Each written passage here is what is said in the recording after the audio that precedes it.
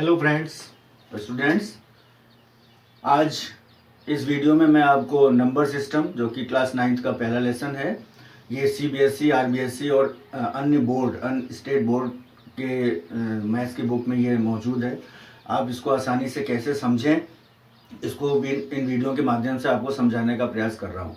इस वीडियो में मैं आपको नंबर सिस्टम में कौन कौन से नंबर्स होते हैं, रैशनल और इरेशनल नंबर्स क्या होते हैं, उनको हम कैसे सॉल्व करें, बहुत ही आसान तरीके से बताने का प्रयास किया है। इसको अलग अलग वीडियो में, अलग अलग पार्ट्स में मैंने इसको दिया है। अगर आप इसको ढंग से अच्छे तरीके से समझना चाहते हैं, समझने का प्रयास करना चाहते हैं, तो मेरे सभी वीडियो को ध्यान से देखिए, आपको समझ में आएगा। और अगर कोई कमेंट है तो आप हमारे कमेंट बॉक्स में ज़रूर अपने सुझाव दीजिए, जिससे इस वीडियो को मैं और अच्छा बनाने का प्रयास करूं। अगर आपने अभी तक मेरे चैनल को सब्सक्राइब नहीं किया है तो सब्सक्राइब कीजिए और बेल आइकॉन को दबाना ना भूलें, जिससे मेरा जो भी नया वीडियो आएगा उसका नोटिफिकेशन आपके पास पहुंच जाएगा। यदि आपको पसंद आया ये वीडियो तो लाइक ज़रूर कीजिए और अधिक से अधिक संख्या में शेयर कीजिए, जिससे यह वीडियो ज़्यादा से ज़्यादा लोगों तक पहुँच सके और स्टडी आसान बन सके। Thank you. Class 9th number system.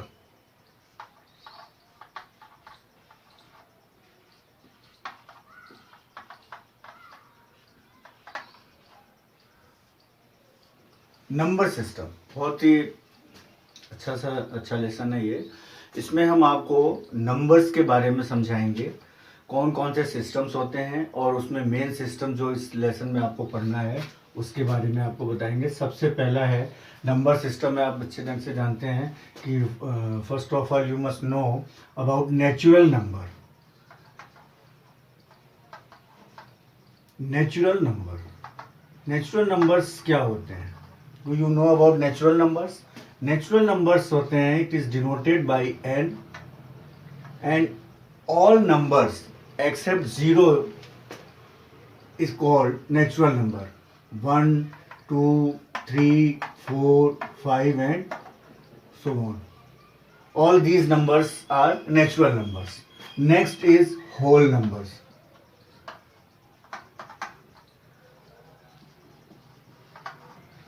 Whole numbers is denoted by W, and all natural numbers including 0 is called whole numbers. So 0, 1, 2, 3, 4, 5 and so on. All these numbers called whole numbers. Third is integers. Integers is denoted by Z, and all whole numbers with their sign plus or minus is called integers. So we can write this as 0, plus minus 1, plus minus 2, plus minus 3 and so on. If we put these integers on a number line, let us suppose this is a number line, here it is 0, minus 1, minus 2, minus 3, minus 4, plus 1, plus 2, plus 3, plus 4 and so on. ये integers है जिसको हम number line पर represent करते हैं। Next मैं आपको बताने जा रहा हूं इंटीजर्स के बाद से, after the integers, prime numbers.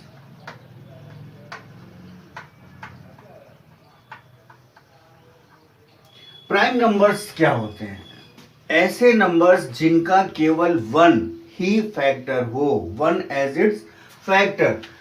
For example, prime numbers को हमने लिख दिया 2, 1 does not come in prime number. 3, 5, 7, 11, 13, 17, 19। अब आप अगर ध्यान से देखिए तो ये जो नंबर्स हैं इनका कोई फैक्टर नहीं है, ये किसी से डिवाइड नहीं होते हैं, ये सेल्फ से ही डिवाइड होते हैं, और इनका जो कोशेंट आता है वो 1 आता है। ठीक है, इसके एग्जांपल्स के लिए अगर हम समझना चाहें तो जैसे 2 इंटू 1, 3 इंटू 1, 5 इंटू 1, तो ये क्या होते हैं, आप इसको इस तरह से करते जाएंगे तो इनका जो फैक्टर है वो केवल 1 ही आएगा, इसके अलावा कोई फैक्टर नहीं आएंगे, उसको हम कहते हैं प्राइम नंबर्स। अब यहां पर ध्यान से देखने की बात यह है कि 2 भी प्राइम नंबर में आ रहा है। अब 2, अब बाकी देखिए सारे और नंबर्स हैं, 3, 5, 7, 11, 13, 17, 19, जितने भी आप लिखेंगे वो सारे ऑड नंबर्स आएंगे। Only 2 is even prime number. Next, अगर हम बात करें कंपोजिट नंबर्स,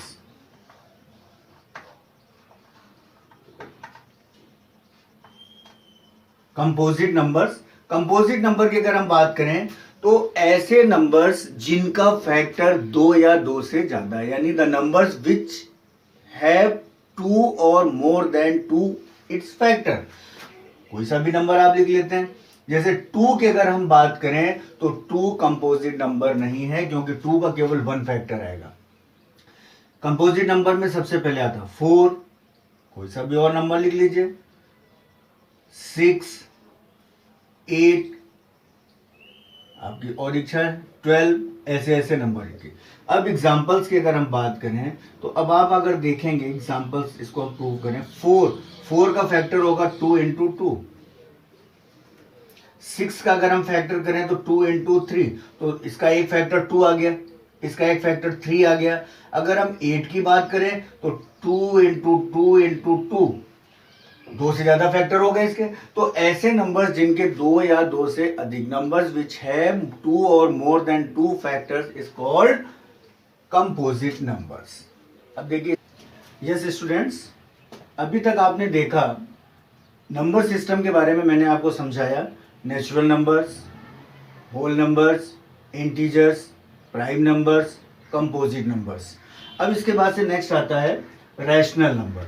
रैशनल नंबर्स क्या होते हैं, बहुत सिंपल वे में मैं आपको समझाना चाहता हूँ। वैसे तो बहुत बुक्स को आप देखेंगे तो बहुत डिटेल में इसके बारे में दिया हुआ है, आप इसको 7th 8th से भी पढ़ते आ रहे हैं कि इंसर्ट कीजिए रैशनल नंबर्स को 2 नंबर के बीच में।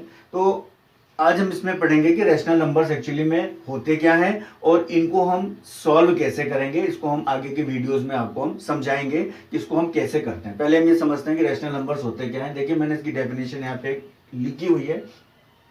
Rational numbers are those numbers which can be represented of the form p by q, यानी वो नंबर जिसको हम फ्रैक्शन में रिप्रेजेंट कर सकें। where p and q are some integers, p और q कोई भी नंबर हो सकते हैं, प्लस माइनस हो सकते हैं, कुछ भी हो सकते हैं, उनको हम फ्रैक्शन में p बाई q यानी न्यूमरेटर एंड डिनोमिनेटर के फॉर्म में हम रिप्रेजेंट करते हैं, उसको हम कहते हैं रैशनल नंबर्स। अब इसमें एक कंडीशन दिया हुआ है कि q not is equal to 0, इसका मतलब डिनोमिनेटर 0 नहीं होना चाहिए। अगर डिनोमिनेटर 0 हो गया तो any number divided by 0 you will get 0 as answer. अब देखें, इसको हम ऐसे समझते हैं कि इनके नियम क्या होते हैं। इसको तो चलो ठीक है, डेफिनेशन हमने दे दिया, डेफिनेशन से ज्यादा क्लियर नहीं होगी। इसके लिए क्या होना चाहिए, मान लीजिए रैशनल नंबर को हमको प्रूव करना है, शो करना है, तो इसके कुछ कंडीशंस हैं। फर्स्ट तो ये है जिसे हम रूल कह सकते हैं, रूल फर्स्ट हम कह सकते हैं, ये है कि अगर हम इनको डिवाइड करें, p बाई क्यू को अगर हम डिवाइड करें और डिवाइड करने पर हमें टर्मिनेटिंग टर्म मिलता है। टर्मिनेटिंग टर्म्स मींस जिसका रिमाइंडर 0 हो जाए, आप डिवाइड करते जाइए और वो टर्मिनेट हो जाए, आगे उसका डिवीजन पॉसिबल नहीं है। अब हम डिवीजन नहीं करेंगे, उसको हम कहते हैं टर्मिनेटिंग टर्म। तो if the term is terminating means remainder is equals to 0, तो वो नंबर क्या होगा, रैशनल नंबर होगा। अब बहुत से केस ऐसे आएंगे जिसका रिमाइंडर 0 नहीं होगा, तो क्या वो रैशनल नंबर नहीं होगा, होगा। उसके लिए क्या सेकंड रूल है, उसको हम किस रूल से पहचानेंगे कि मान लीजिए टर्म टर्मिनेटिंग नहीं है, तो टर्मिनेटिंग नहीं है तो नॉन टर्मिनेटिंग होगा। लेकिन अगर उसका कोशेंट रिपीट करता है, रिकरिंग है, कुछ डिजिट्स इक्वल इंटरवल के बाद से वही आने लग जाती हैं, उसको हम रिपीटेड टर्म्स कहते हैं। तो if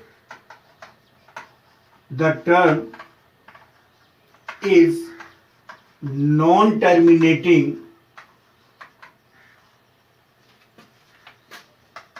if the term is non-terminating but repeating, तो भी वो क्या होंगे, रैशनल नंबर होंगे। इसका मतलब रिमाइंडर तो 0 नहीं आएगा, लेकिन जो कोशेंट है वो आएगा रिपीटिंग। ये तो हो गया नॉन टर्मिनेटिंग।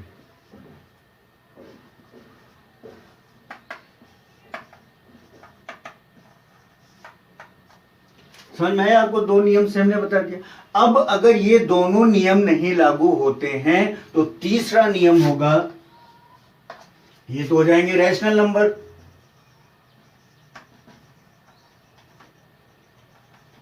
ये भी हो गया रैशनल नंबर।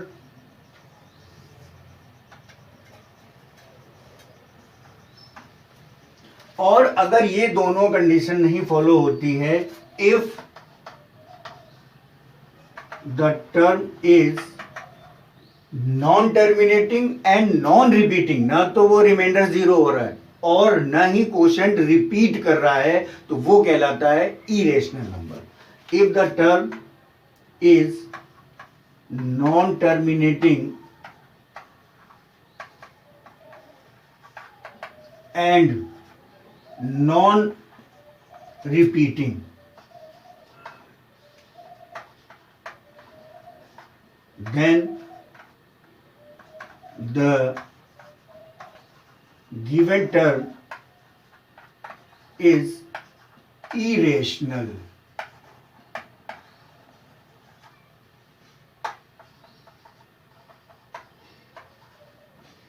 इरेशनल नंबर, देखो इनको हिंदी में अपरिमेय संख्या कहते हैं, ये परिमेय और अपरिमेय। तो आपने देख लिया, इसमें क्या होगा, रिमाइंडर भी 0 नहीं होगा और कोशेंट भी नॉन रिपीटिंग होगा।